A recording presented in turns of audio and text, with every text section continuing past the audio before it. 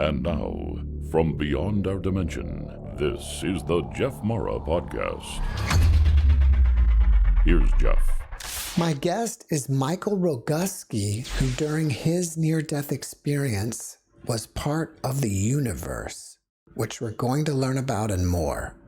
Michael, thank you for joining me and welcome. Thank you, Jeff. I appreciate the time. Michael, let's start on the day you died and go from there. Okay. The day that I passed away was October 4th of 2021.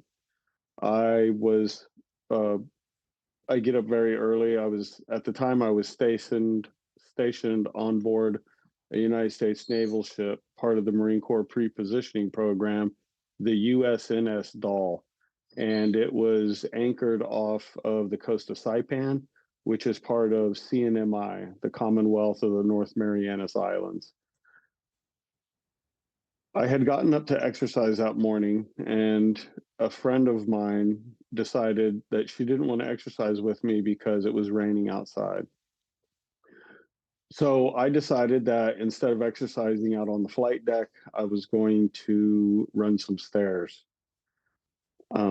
I began running the flights of stairs inside the ship. The ship is 8 stories, so it has quite a number of stairs. I had gone all the way down to the bottom, was working my way up, and I began to have a feeling of low blood sugar. And I got to C deck, which doesn't mean a lot to people, but that's where the ship has an elevator. And I decided to, instead of finishing the stairs, go to my room and get something to bring my sugar back up. That's really the sensation I had. As I got into the elevator and began to make my way to my stateroom, I began to break out into a sweat, which is also a sign of low blood. I'm still thinking this is low blood sugar. I'm physically fit at this point. I weighed about 175 pounds. I was running and walking 10 to 12 miles a day, plus with weights. But I have the sensation of low blood sugar. And as I get to my floor and make my way to the stateroom, the classic symptoms of your heart attack began. The squeezing of the chest, the elephant on your chest, of being hard to breathe. I didn't have the common pain down your left arm.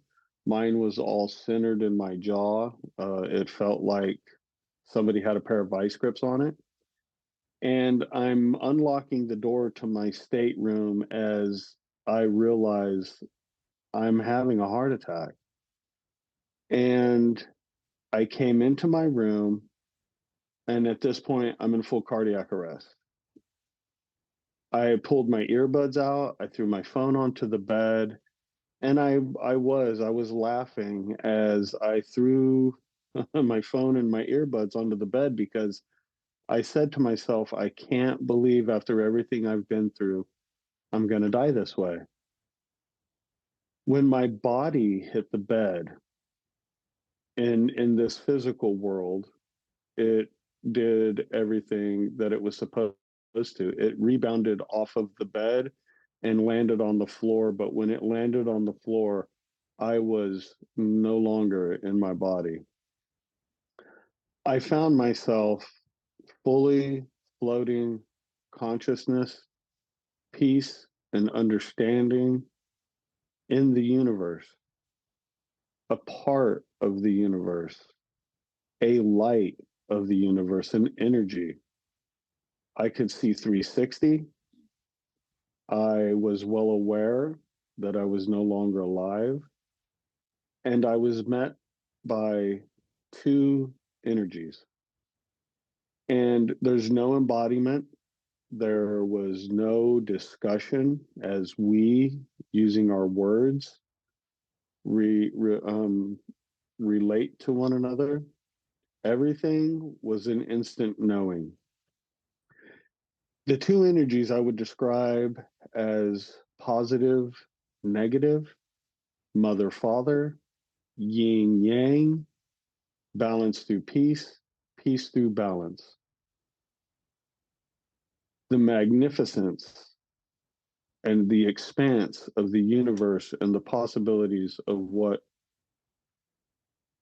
are possible.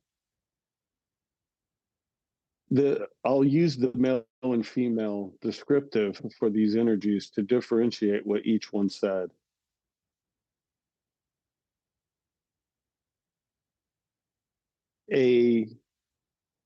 What started off as a pinpoint from a distance began to float into view.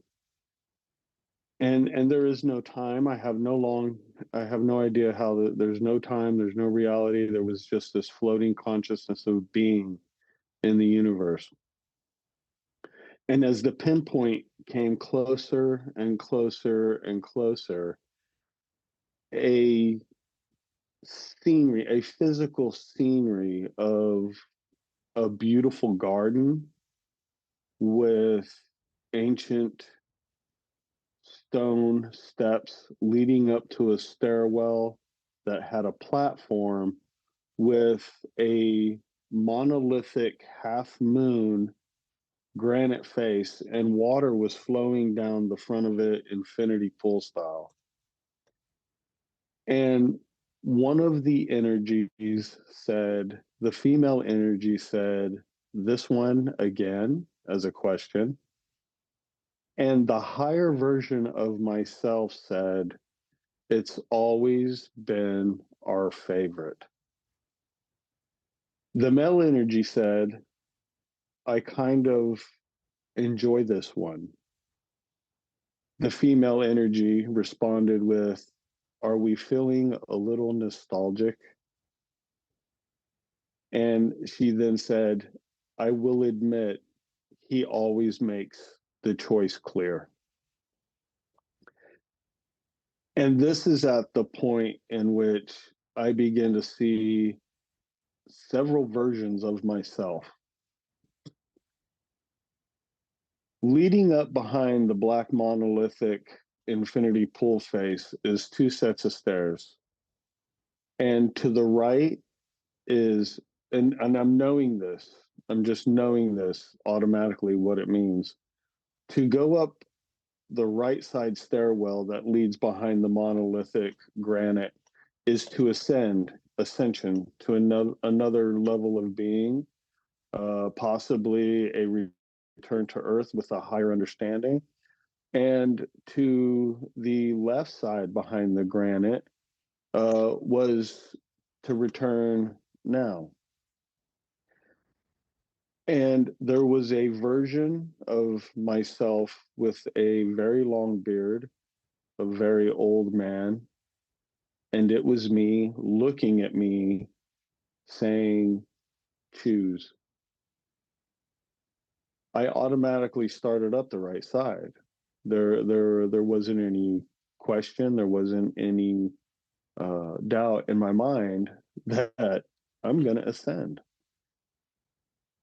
As I started up the right side of the stairwell, at this point, I heard my mother's voice, and she's the tone in her voice was neither anger or giddy or it. The best way that I can describe it is it was a tone that you would use to simply get a child's attention.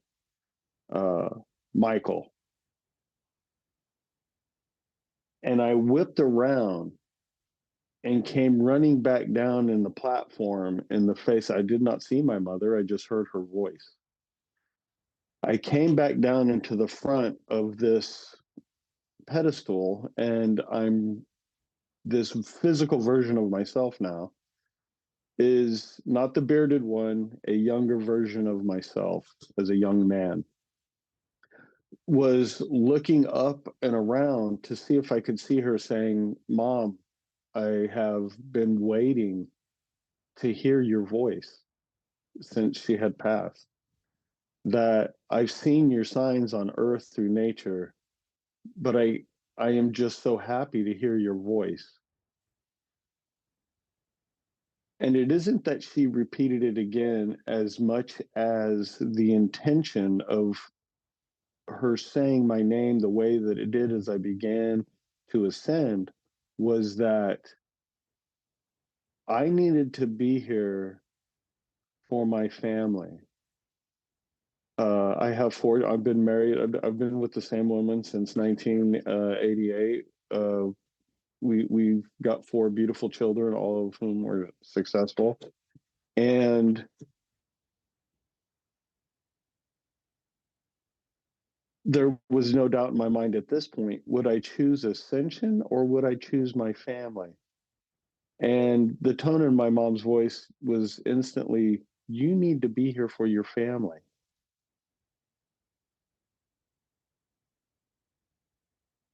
And so I made a conscious decision to come back to my body. I barely remember crawling out of my stateroom and crawling into a well-traveled area because it's 5:30 in the morning, so there's not a lot of activity on the ship yet, just the night's watch. But I crawled into a common area and I had my phone. I don't know how. I texted help to my friend and coworker, and she instantly responded. Uh, I don't remember what she actually wrote in the text, but she ran from her stateroom to where I was at. And when she found me, I was purple, I was blue. There is an estimate as to how long I was nobody really knows how long I was unconscious, uh, out of my body. But I was purple and blue. And she immediately notified the ship's captain, awoke the QMed, the EMT that's on board, and they brought me into the hospital on the ship. Now, at this point, everybody's doing what they're supposed to doing. They're responding the way they're supposed to, and it's the people, that, in my opinion, that are. It's always the people that are at the grassroots level that function and operate and hold themselves accountable to a certain level of being. Everybody at that point in time did their job expertly. The captain of the ship put out an emergency medical SOS, and it went unanswered for 3 hours. The United States Navy and the United States Coast Guard did not answer the SOS issued for a medical attention for over 3 hours.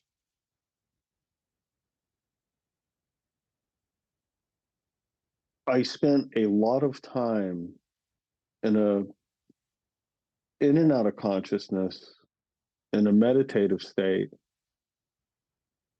And there are a lot of scientists who say that when we die, inside of all of us, we have a massive amount of different types of endorphins, including psychedelics, including DMT, psilocybin. And science would say that when you die, there's this explosiveness of all these chemicals to your brain that gives these people this euphoric and uh, vision of life after death. So at this point, I can say I don't know whether or not that was a factor. I do know, and I no longer have to worry about keeping and maintaining a security clearance, but I have had my fair share of artificial joy. And I know the difference between being high and being completely sober and having an experience. So, but in this state, I will give the scientists the benefit of the doubt that I was in between life and death the whole time. Uh, the QMed, the only thing that he could do is, as my heartbeat began to slow, he would give me nitroglycerin in an effort to keep my heart going. That's all the medication I had. I endured all the pain. I endured all of the uh, just the harshness and the seriousness of the situation. And the captain of the ship came down at the time, and she told me, Mike, I have to make a really hard decision. No one is answering we're going to have to send you to the hospital on Saipan.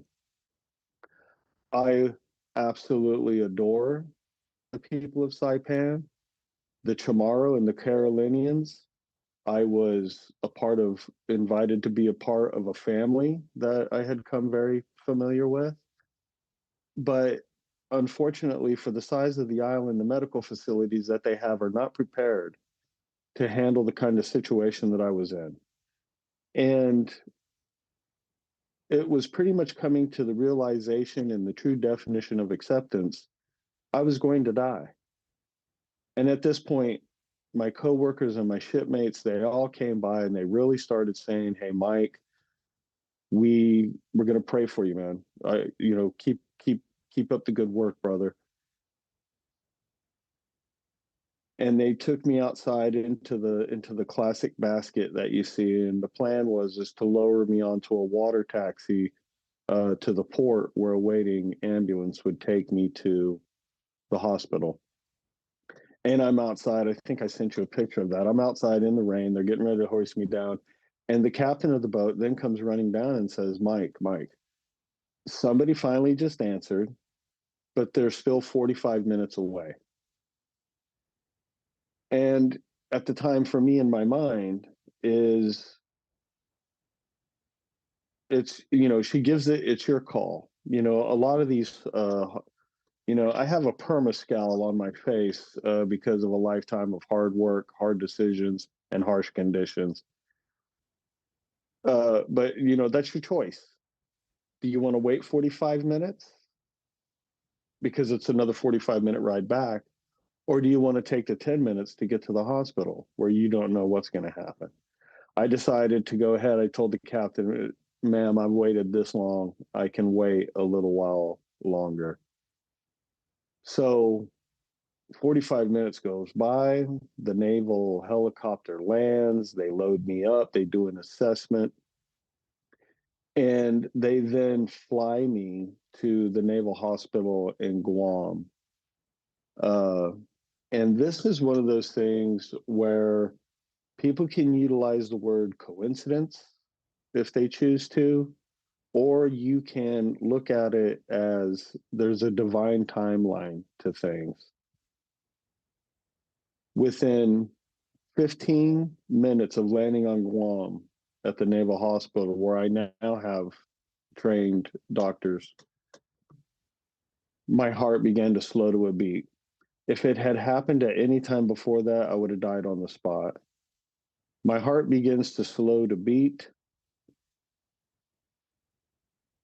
I then begin to see what a lot of people have identified as the classic tunnel. And mine was a curling aquamarine continuous wave that I could feel myself being pulled into it. And my eyes are beginning to slow because my heart is slowly just coming to a stop. I can hear the doctors and the nurses in the background issuing adamant orders in an effort to save my life. And in my head, I said to myself, Michael, you have made it this far. You didn't get to hear to lose now. You need to fight. Your wife and your children need you. And unbeknownst to me, at the same time, the medical staff was delivering a type of medication that they call it artery Drano, with a little bit of adrenaline added to it, not just to clear my arteries, but to also enhance my heartbeat. And it felt like a superpower as I was doing an affirmation of living and receiving this medication. My body remained on the table, but I definitely remember sitting up on the table. My body didn't move, but I sat up almost with a kind of, just a powerful. And that's the classic selfie that I have of me taking my picture after surviving death.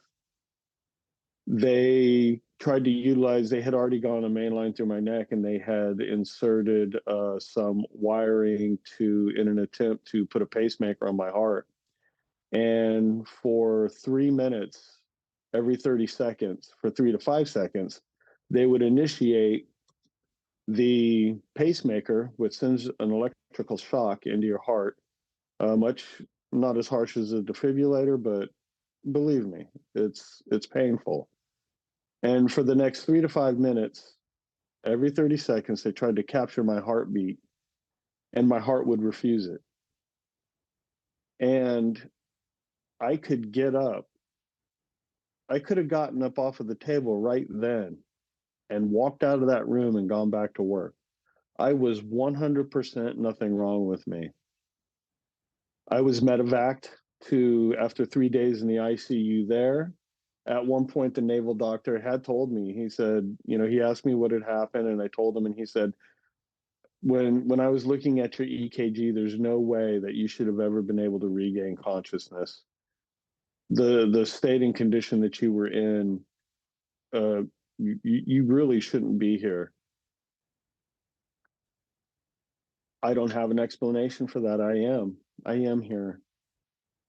When I finally got medevaced from Guam to Adventist Hospital in Waikiki, Hawaii, I was actually able into ICU. I was actually at that point able to have a real group of cardiologists who went in through my wrist to see what the issue was.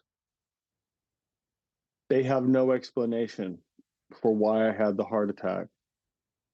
I did have open heart surgery on 11/11/11 at the age of 43, 44.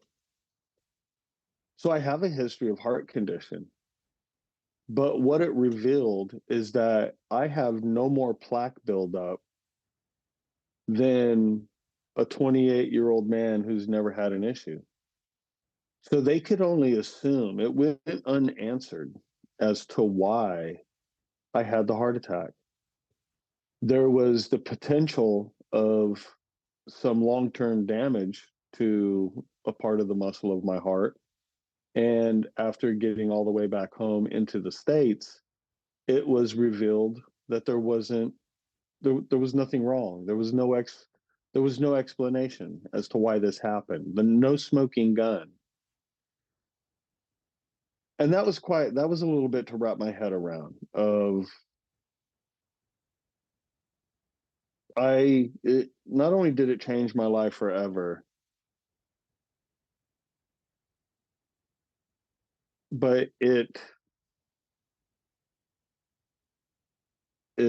a lot to take in, and it's a lot to comprehend. And it wasn't my near-death experience that made me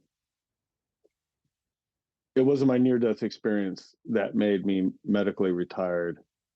It was, unfortunately, my fellow human beings here on Earth and how I was treated after my heart attack. I returned to work in 8 weeks. I have pictures of me climbing in Hawaii. I have pictures of me working out in the gym. If anything, my near-death experience confirmed a lot of the beliefs that I previously held. And some people may even want to try to pick that apart. Well, if you think and believe that, then aren't you creatively visualizing this while you're unconscious? You're free to think and believe whatever you want. But it wasn't my near-death experience that broke me. It was human beings that broke me. And I know that that's another story. We're here to talk about my near-death experience. So I am currently living my past life. I remember absolutely everything about my past life and the one before it. I died twice on Saipan. Once as a Marine during World War II, and once in this life. So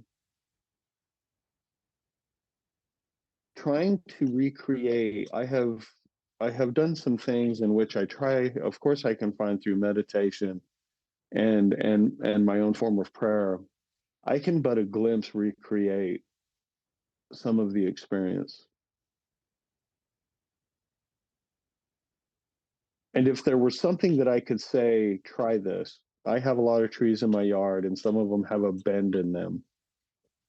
And to get an idea of just maybe a glimpse of what I'm trying to describe is put your hands on the tree that has a bend in it and lay upon the tree to where in which the majority of your body weight is supported by the tree. Lean forward a little bit and look past the peripheral of your face. And there you have this sensation of floating consciousness. And that is probably the closest that I'm going to be able to help somebody to see a little bit of what happened to me or get an idea of your consciousness now is not the consciousness that you're going, it's a part of it, but it is not the consciousness you're going to be of the higher version of yourself.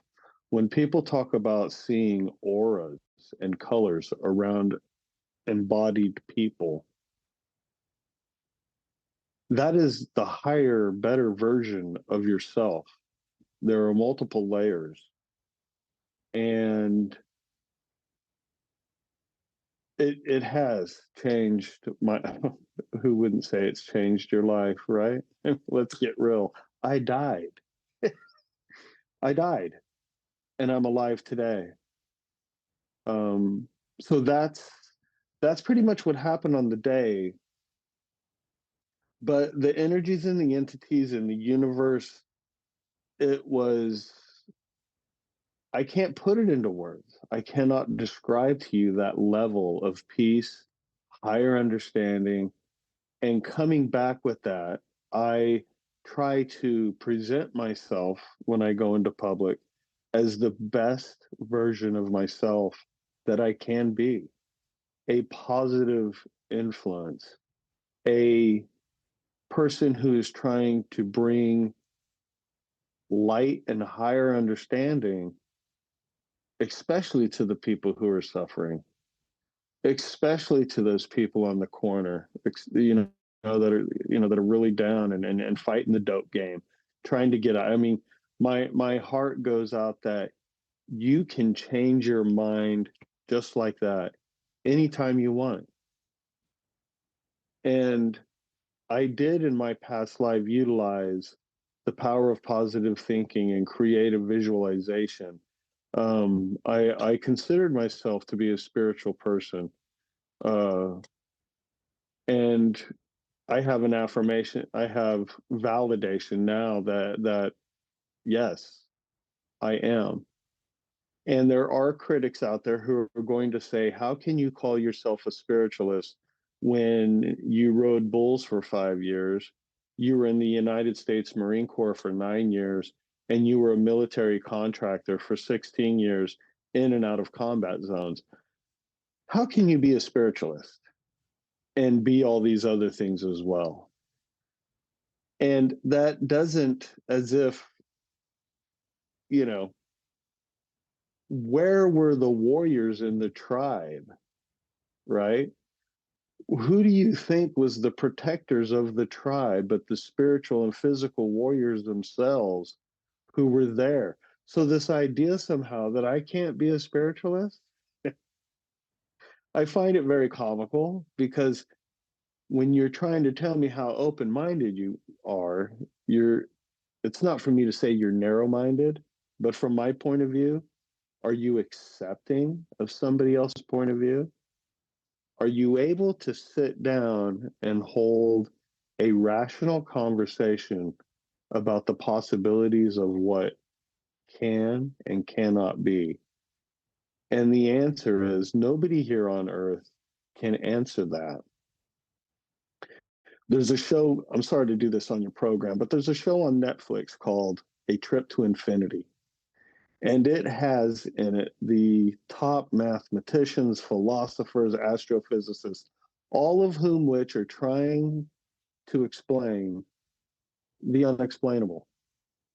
And I find it humorous because it hits home so much, because at several points throughout the show, the greatest minds that are here on earth say, I don't know, right? So keep an open mind. My experience is not greater or lesser than anybody else's. It just happens to be mine. And I think at this point, Jeff, if you want to jump in with some questions, might be good, because I don't want to just keep repeating something over and over again. Michael, thank you for sharing your experience. If we go back to the beginning, did you see those energies? And if so, what did they look like? The energies, including myself, if I had to describe it, I would say celestial bodies of light. The energies were light. I was light. Now, I was aware of the energies. I could sense their awareness. I could feel the vibration. There was no communication the way we are right now. There was an instantaneous knowing of the truth and or the acceptance of just being. So I didn't see myself as a physical embodiment. I would say stars. If I had to pick or choose a word to describe these entities, I would say stars. And I do think and believe that we come from the stars. And one of the things that I would like to add is because I do think that this is important, and a lot of people get turned off by it, but it doesn't, that's your problem, not mine. The biggest difference that I noticed uh, when I was in this 3 hour period, I did have a couple of different realities that existed. And it was almost as if I was trying to dial and tune back into the reality. At one point, I was in the bowels of a wooden ship, and I could see the whale oil lamp swinging back and forth. I could hear the creaking of the wood in the water. And the captain of the ship, a man, spoke perfect Castilian Spanish, which I don't understand, but I understood then. Asked the doctor on the boat if I was going to make it through the night, and the doctor said, I don't believe so, sir. Keep me posted. And he left the room. And then I left that place. But when I, in Guam, the biggest, well, actually, more so when I got to Hawaii, uh, the biggest thing that I realized is that in this world, I suddenly knew the entire Gospel of John, word for word. I do have history with the Bible. I do have history with the Trinity. I do have attended services, both Catholicism and metaphysical Christianity, and there was Bible study, but there wasn't a 30-day course of learning verbatim the Gospel of John. So, you know, excuse me, unfortunately, we live in a day and an age where it's perfectly acceptable to bring up alternative forms of religion. Excuse me. But for a lot of people, you mention the name Jesus and everybody freaks out. I don't know what, that's not up for me to decide. I don't have an opinion on what you believe. I can only testify to what I know. Uh, and that's something that is tied to this world.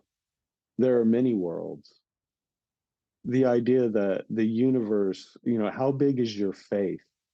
How big is your God? Is your God only as big as the earth? The vast expansiveness of space.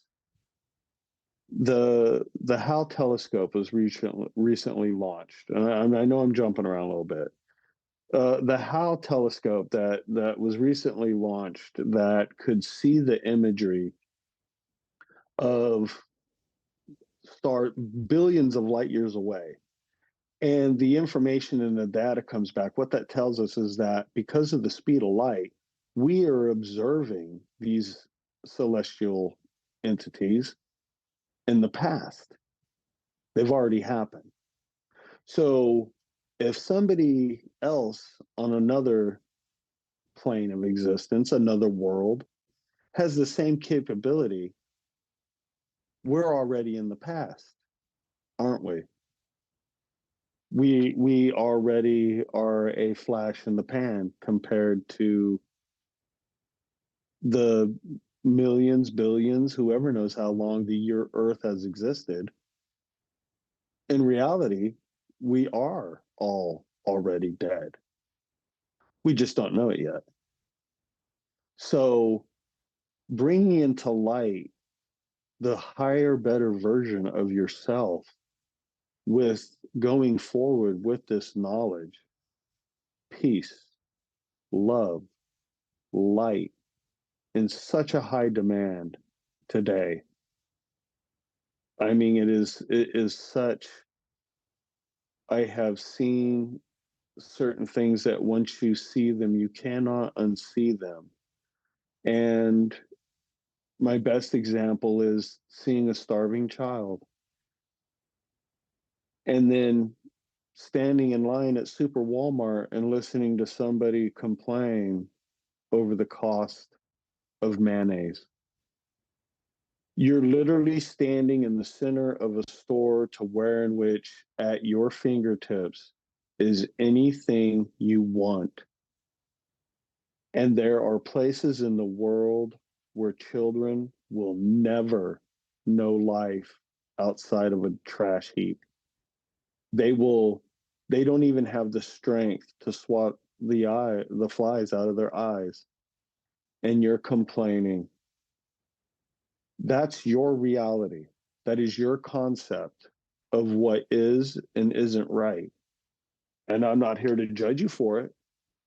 I think it's absurd because you won't take the time to actually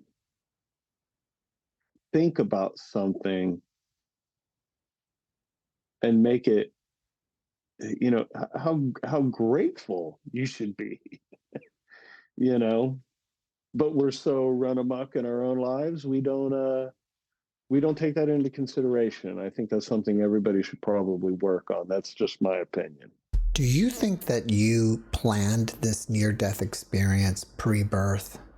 That part I would call into question. The part that I will agree with is that I did know portions of my life before birth.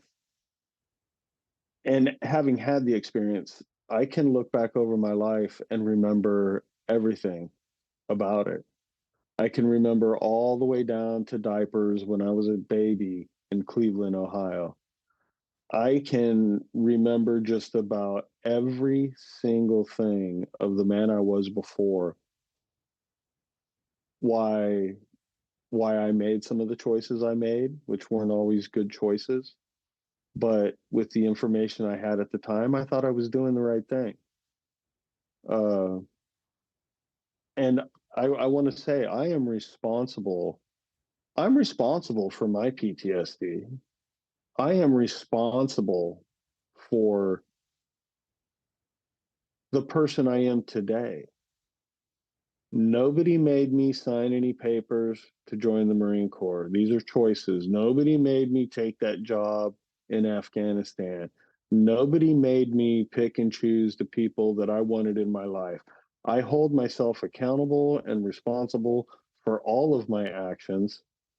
And I live today in the grace of a higher understanding, knowing that I've reached and ascertained myself to a level to where in which I consciously choose every moment to try to be a higher and better version of myself.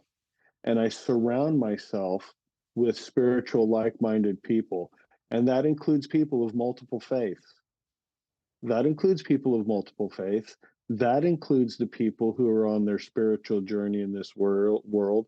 Some of them are ahead of the game, and some of them are on the right path. And some of them had really better take a really good look at whom and what they worship, right? Does it make you a better person? Does your reality allow you to stand in a circle with the people of the world and hold hands and say, I love you? If not, you may want to double check what you're putting your life, time, and energy and faith into.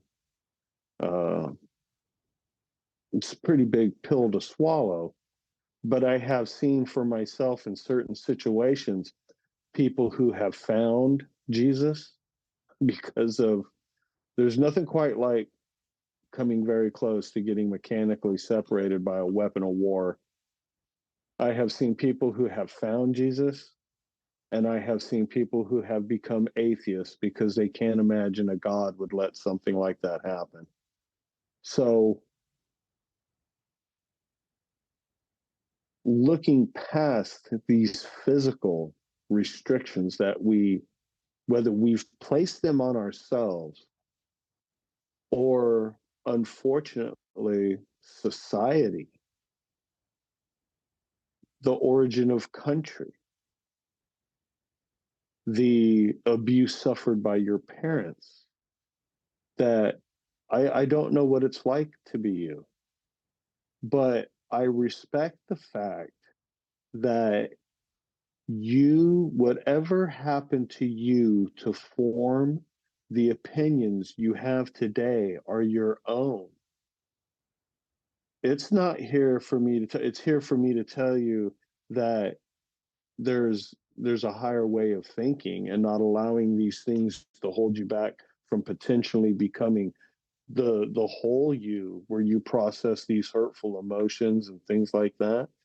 It's my attempt to help you in these situations, but it is not my attempt to judge you for what you have experienced that brought you to who you are today. That's unfair. I am here to embrace you and through graceful communication, express yourself without judgment and without hurting that other person. Do you know how hard that is to do today? I simply held the door open for another person and got a tongue lashing for it. I'm just being me, kind, respectful. And in your world, me being kind and respectful is an insult. Now, that doesn't say very much about me, but it says a whole lot about you. And as much as you want to have a conversation with that person to say, hey, I was just trying to be nice. You know, I didn't mean any ill will towards you. I don't have time for that, right? I don't have time for people that are not open to the idea that they want to change their lives. And I really, my biggest inspiration, and this is because of some of the things I've seen and done, the elderly, women, and children are the ones that have it the hardest in this world. All of your honorable warriors, both men and women, are the ones to shout women and children first, because I've seen it firsthand. They are the first victims. Now, your men at war and these other things that happen that are taking place right now as we watch, they're happening. They're following their orders. They're defending their homeland. I avoid politics and confrontation, but ultimately, who are the real, aside from death, who are the real surviving people with trauma? The women and the children. Always. It's always. I almost feel like sometimes saying, you know, our toys are different, but nothing has changed from the time of Rome to now. Nothing has changed. The toys are different, the background is different, but it is the same constant battle of you're going to believe the way I do. I'm going to kick your butt and take all your stuff, right? Don't complicate it. Reduce it down to its simplest form and take an honest, good look at the failed leadership of not just some of the people in this country. And I don't live my life by a capital R and a capital D. I have served under every single one of them. And let me tell you, they're all full of crap. They are. They do not know what it is like to sit at this table. They do not know what it's like, Jeff, to sit where you are, trying to peacefully relay messages to people who need some hope and inspiration, or at least expand their consciousness and open their mind to the possibilities of what is. Their idea of reality is money and power, and it's the same around the world. It's the same game, you know? It is the same game. It hasn't changed. It hasn't changed. That's human behavior. That is not universal behavior. I feel like I've noticed a pattern of your past lives that they're on boats. Do you see that pattern, and can you comment on that? I being tied to the water for me is has always been a part of my life. And I have a picture of the where my ship was anchored was exactly anchored where the amphibious assault vehicles deployed during the invasion of Saipan. Um, I am a patriot. I swore to protect and defend the Constitution of the United States and nothing else. Nothing else, right? So you can take that however you want. But yeah, the water and myself get along beautifully. And I've always been drawn to the water, and I would have to say yes to that because uh, having that other descriptive reality come into play, and then finding out after the fact that it was the Spanish who first uh, they were the first ones that came to the Commonwealth of the North Marianas Islands. So me having that experience and knowing that it was the Spaniards who made the CNMI stop before their last, Guam was Pirates Cove on Guam, was one of the last places the Spaniards took stock before they completed their journey home. So I find it coincidental. Is it coincidental? I don't know.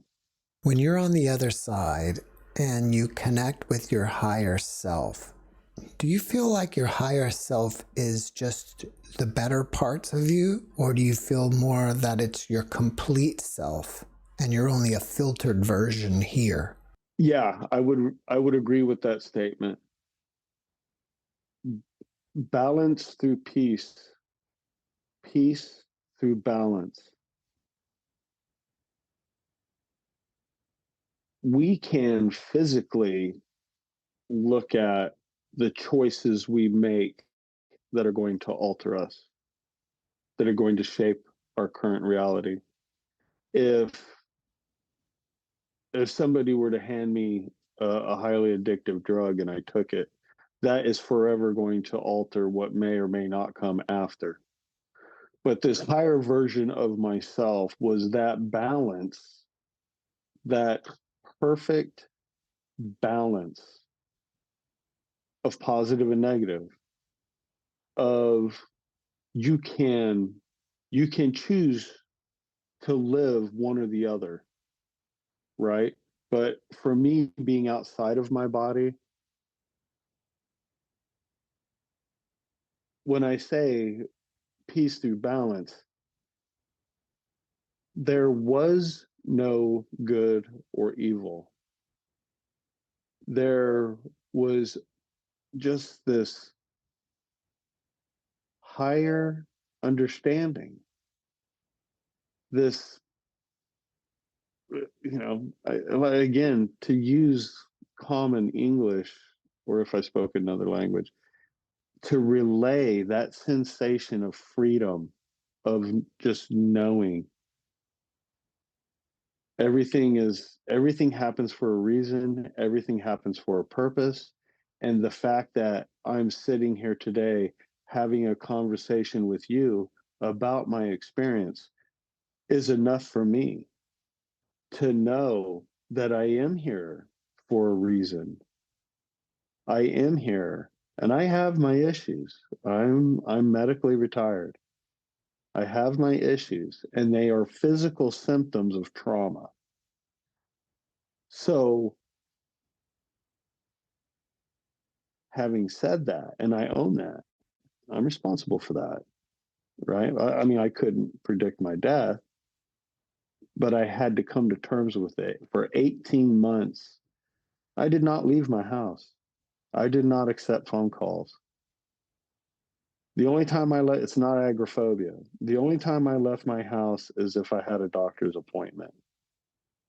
It took a very long time for me to not just wrap my head around the experience, to come to terms with the fact of where the Gospel of John fell and fit into my life today. It took, what if you were to experience the trauma of a past life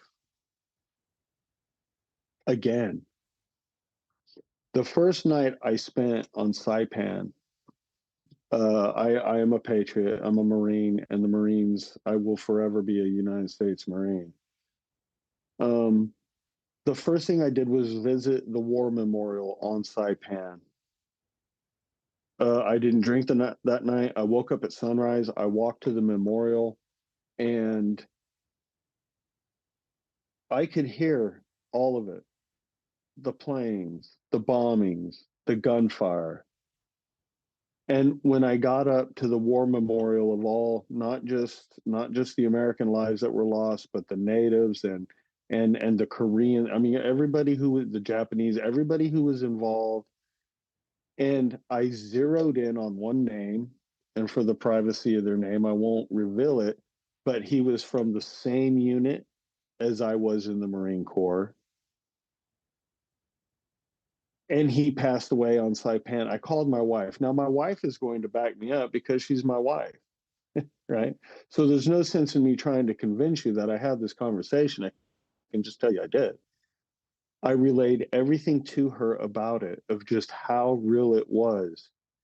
And a friend of mine that I met on the island, we went hiking one day and we found some shells. Believe it or not, it was called Jeff's Beach.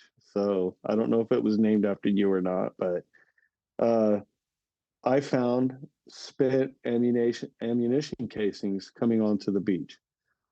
I'm not going to make the claim that they were mine. That's absolutely absurd, of the number of rounds that were fired on that day. But I hold those very dear and near to me, because those young men that took that charge that beach that day in an effort to keep tyranny at bay from the United States of America is priceless. But I remember dying on Saipan in combat. I remember that past life. I remember several other past lives. Um,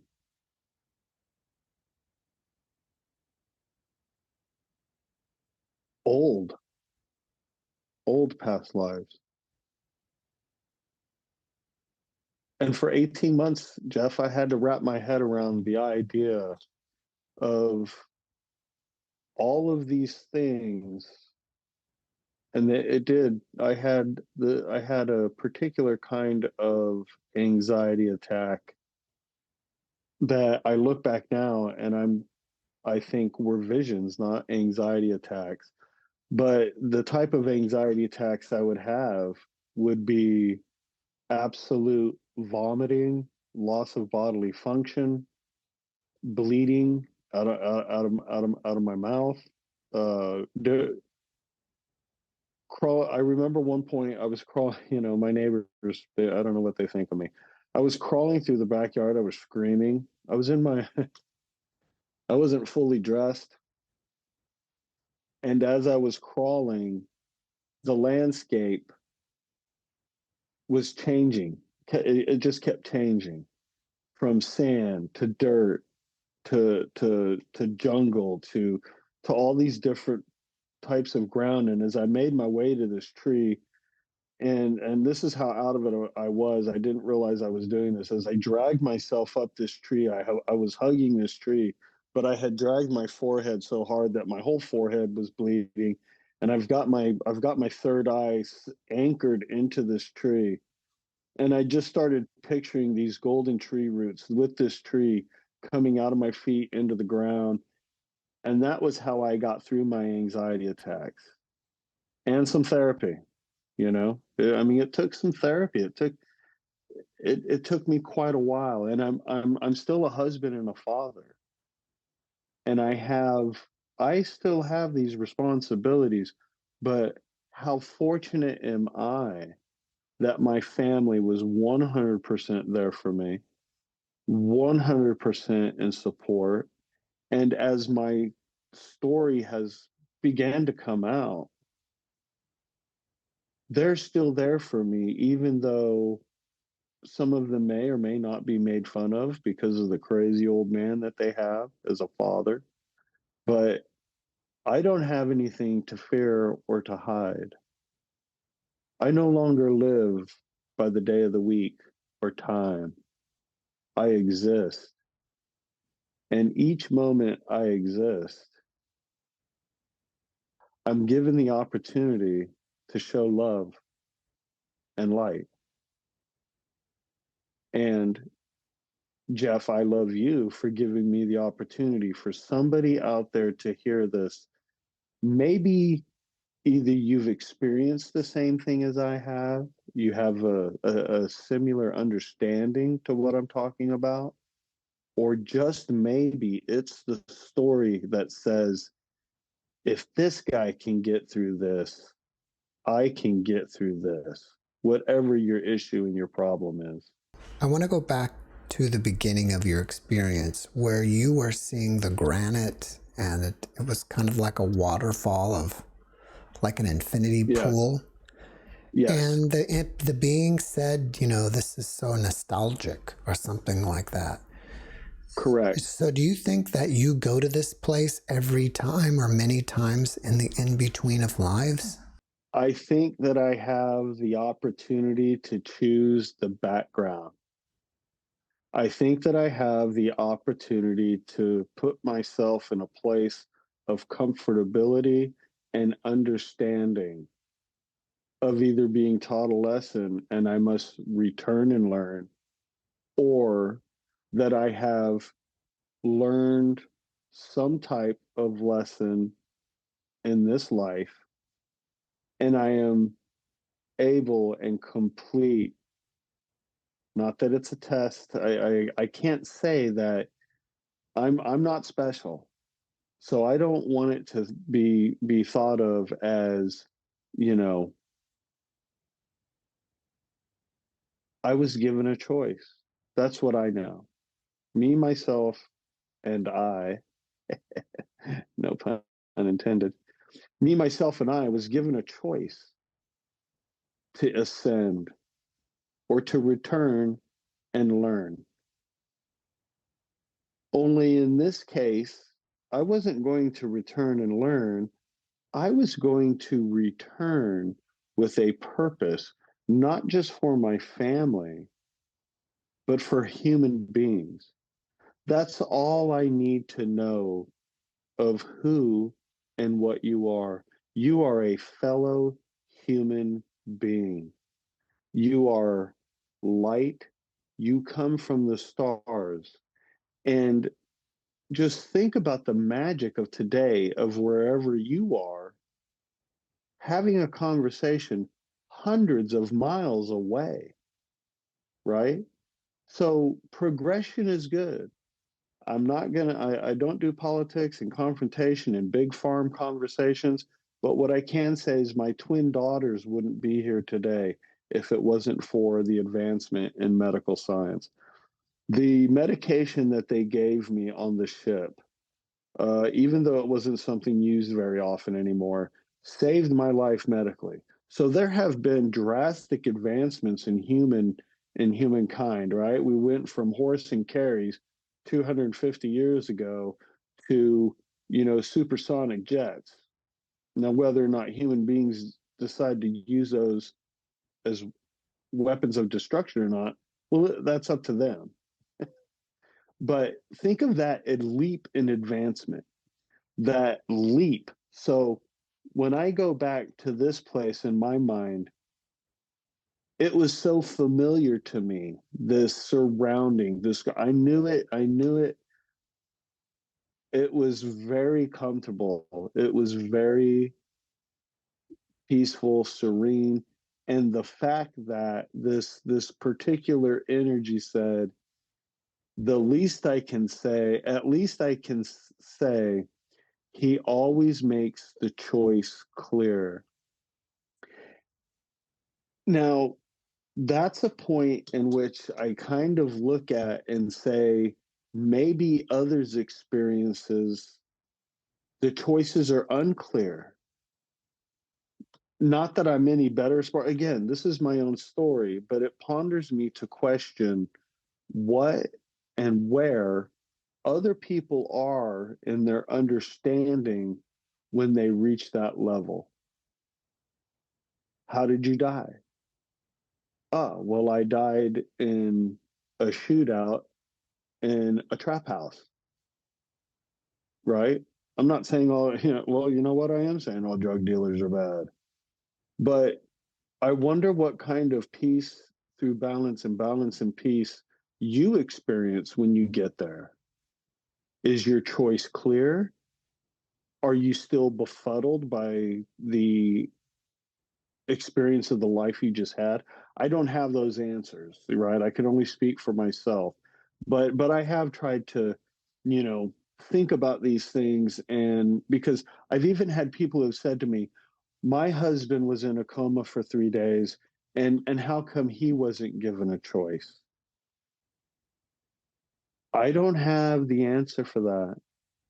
I can walk beside you in your grief. I can't walk it for you. I can be there for you. I don't know why I was given the opportunity. And I have seen several other NDE stories of people who question the same thing. I don't know why, Jeff. And I can attempt to tackle that challenge, but what's more important for me right now? To question the second chance and gift I've been given? Or is it more important for me to focus on sharing the gift that I was given?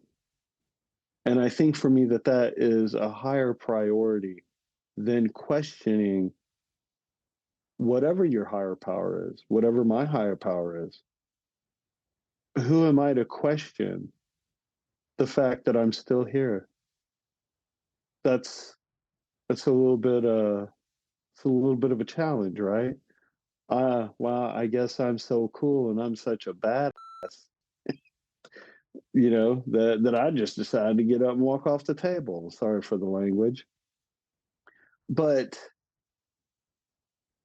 it's not for me to question that. It's only up to me to share peace, light, and love wherever I go. And given the opportunity, I genuinely love you. I don't know you, and I want to help you, and I want to help the people who listen. I want them to see that you can change your life. And I'll give you a little something that I've utilized in my past life. You need to set a goal for yourself, figure out how to get there, and then remember this: whatever you vividly imagine, whatever you ardently desire, whatever you sincerely believe in, enthusiastically act upon, must inevitably come to pass. If you apply those, if you apply that power of positive thinking and creative visualization with a goal in mind, you will, and you discipline yourself to make your desire a reality. Was this my desire? It came with a lot of pain and heartache. Was this my creative visualization? I often wake up at times graceful when I wake up, but I often wake up sometimes and stare at my hands and say, I'm still here. And today I'm going to be the best version of me because yesterday is over and everything that came before is irrelevant to the way in which I choose to interact with my fellow human beings. Michael, after watching this podcast, people may want to reach out to you and ask you questions. Are you open to that? And if so, how do they contact you? I have a TikTok channel called at Michael's Messages. I do, my mother gave me some angelic alignment cards in 1995 and said I would use them in the future. They're called 1111. I had open heart surgery on 11/11/11, which is considered to be one of the most angelic days of the year. So I put out insight and I do card reads on my TikTok channel at Michael's Messages. Which I will say, I've gotten a lot of flack from some of my military friends. How can you use TikTok? It's owned by the Chinese, right? Well, let me tell you something. Maybe everybody forgot, but about 10 years ago, millions of Americans in the military and contractors, all of their information was hacked and stolen by the Chinese. So they already have everything about me. So it doesn't really matter what the format is that you utilize. Get over yourself, right? Move past that. That's going to be what gets in your way of sharing your light. The idea that somebody has control over your account. Still my identity. It'll probably improve my credit, Go ahead. Get your message out. Whatever it takes, don't stop. Don't let something or someone get in front of the reason you wake up every day to help your fellow man. Michael, before we finish up, could you leave us Yes. with one last positive message? Don't believe everything you hear and believe only half of what you see. It is up to you to decide whether you are a good person or a bad person. And if you really sat down and thought long and hard about it, I do think and believe you would choose to be a good person. And inside each and every single one of us is an angelic being. Every single person on this earth can change their reality whenever they want. And if you don't like the reality you are in, you got yourself into it. You can get yourself out of it. And that's by surrounding yourself with the people who not only support you, but they support you freely with no strings attached, and in turn makes you support them. The light within me sees the light within you, and we all come from the same place. Be the better version of yourself. And maybe it's a small step at a time, but eventually those small steps are going to add up to miles of advancement of yourself. I appreciate you, Jeff, for giving me the opportunity. Michael, thank you for your message, and thank you for being my guest. Absolutely. Thank you, Jeff. Thanks for watching the JeffMara podcast. I really appreciate you. Another way to show support is through YouTube memberships. And if you do, there are loyalty badges and other perks depending on your level of membership. All you need to do is click the join button underneath the video to find out more. Thank you for your support.